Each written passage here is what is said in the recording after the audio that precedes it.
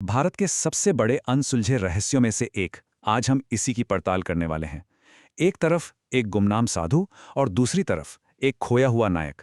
क्या यह मुमकिन है कि ये दोनों एक ही इंसान थे? और इस पूरी कहानी के केंद्र में है सिर्फ एक नाम, गुमनामी बाबा। एक ऐसा नाम जो अपने आप में ही एक बहुत बड़ा रहस्य है। तो चलिए, कहानी की शुरुआत के लिए हमें थोड़ा समय में पीछे चलना होगा। साल था 1962। जगह थी उत्तर प्रदेश का फैजाबाद शहर। यहाँ अचानक एक संत आते हैं। कोई नहीं जानता था कि वो कौन है, कहाँ से आए हैं। बस वो वहाँ थे और उनके चारों ओर था रहस्य का एक गहरा पर्दा। लेकिन ये कोई मामूली संत नहीं थे। सोचिए, वो फर्राटेदार अंग्रेजी, बंगाली, संस्कृत और तो और जर्मन भी बोलते थे। और एक बात और थी जो सबको बहुत अजीब लगती थी। अगर किसी ने भी नेताजी सुभाष चंद्र बोस के बारे में जरा सा भी उल्टा सीधा कह दिया तो बस उनका गुस्सा 7वें आसमान पर पहुंच जाता था। तो जाहिर है, उनके भक्तों के बीच धीरे धीरे कानाफूसी शुरू हो गई। लोग कहने लगे कि ये बाबा साधारण नहीं है। उनका बात करने का तरीका, उनका ज्ञान, सब कुछ इसी तरफ इशारा कर रहा था कि इस साधु के चोले के पीछे कोई बहुत बहुत बड़ी पहचान छुपी है। और बस यहीं से शुरू होती है सुरागों की वो कड़ी। एक ऐसी केस फाइल खुलती है जिसके पन्ने पलटते ही किसी के भी होश उड़ सकते हैं। तो चलिए, इस फाइल को जरा खोल कर देखते हैं। सबसे पहले उनकी आदतें ही देख लीजिए। वो हमेशा बत्तियां जलाकर सोते थे, विदेशी अखबार पढ़ते थे और तो और कई अलग अलग गुप्त नामों का इस्तेमाल करते थे। उनके पास एक टाइपराइटर था और वो भी हूबहू वैसा ही जैसा नेताजी के पास था। यहाँ तक कि उनके चश्मे का मोटा काला फ्रेम भी बिल्कुल नेताजी जैसा। अब इतने सारे इत्तेफाक, क्या ये सच में सिर्फ इत्तेफाक हो सकते हैं? और जब भी कोई हिम्मत करके उनसे उनकी असली पहचान पूछ ही लेता तो उनका जवाब रहस्य को और भी गहरा कर देता था। वो कहते थे, राष्ट्र के लिए मैंने अपना नाम बलिदान कर दिया। इन शब्दों में कितनी गहरी देशभक्ति और कितना बड़ा त्याग छिपा है ना?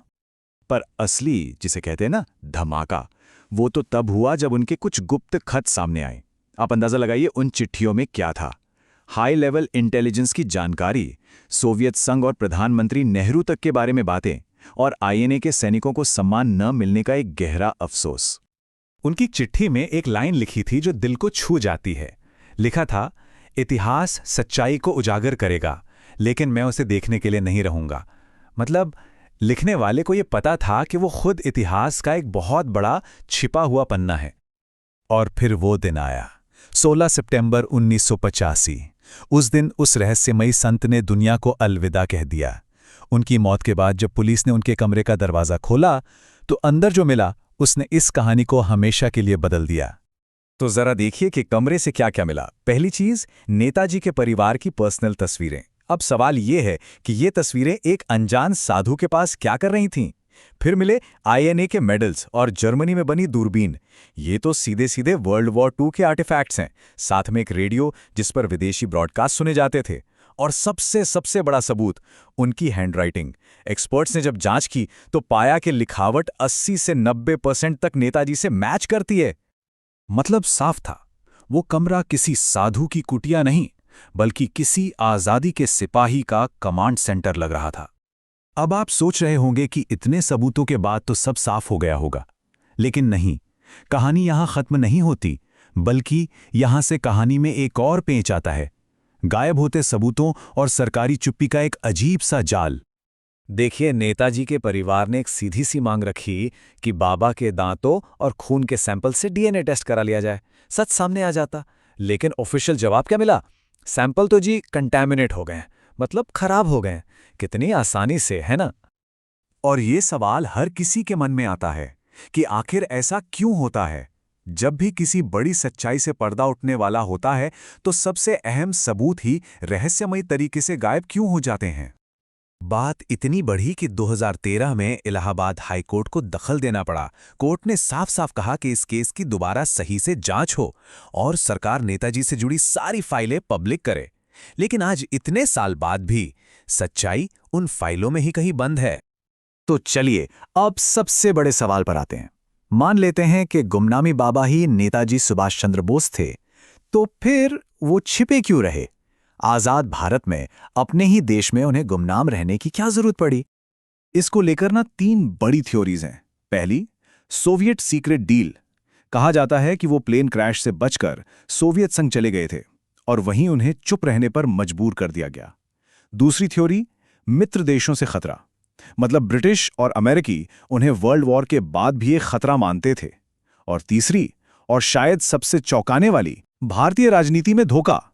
हो सकता है आज़ादी के बाद पावर की लड़ाई में उनका लौटना कुछ लोगों के लिए खतरनाक हो। सच चाहे जो भी हो और वो फाइलों में कितना ही गहरा क्यों ना दबा हो, लेकिन ये कहानी, ये लेजेंड आज भी लोगों के दिलों में जिंदा है। और अक्सर लोग यही कहते हैं, और सोचकर भी दुख होता है कि जिस नेता ने पूरे भारत को एक साम्राज्य के खिलाफ खड़ा कर दिया, उसे अपनी ही आज़ादी में गुमनाम रहना पड़ा। अगर ये सच है तो ये वाकई हमारे इतिहास का एक बहुत बड़ा दुखद पन्ना है। तो आखिर में हम बस एक ही सवाल के साथ रह जाते हैं, क्या नेताजी ने ये गुमनामी खुद चुनी थी या उन्हें इन परछाइयों में रहने के लिए मजबूर किया गया था? कहते हैं आज भी फैजाबाद की उन शांत गलियों में जहां वो रहते थे एक फुसफुसाहट गूंजती है। और वो फुसफुसाहट सिर्फ एक ही बात कहती है, नेताजी जिंदा हैं। बस ये एक लाइन इस रहस्य को हमेशा हमेशा के लिए अमर बना देती है।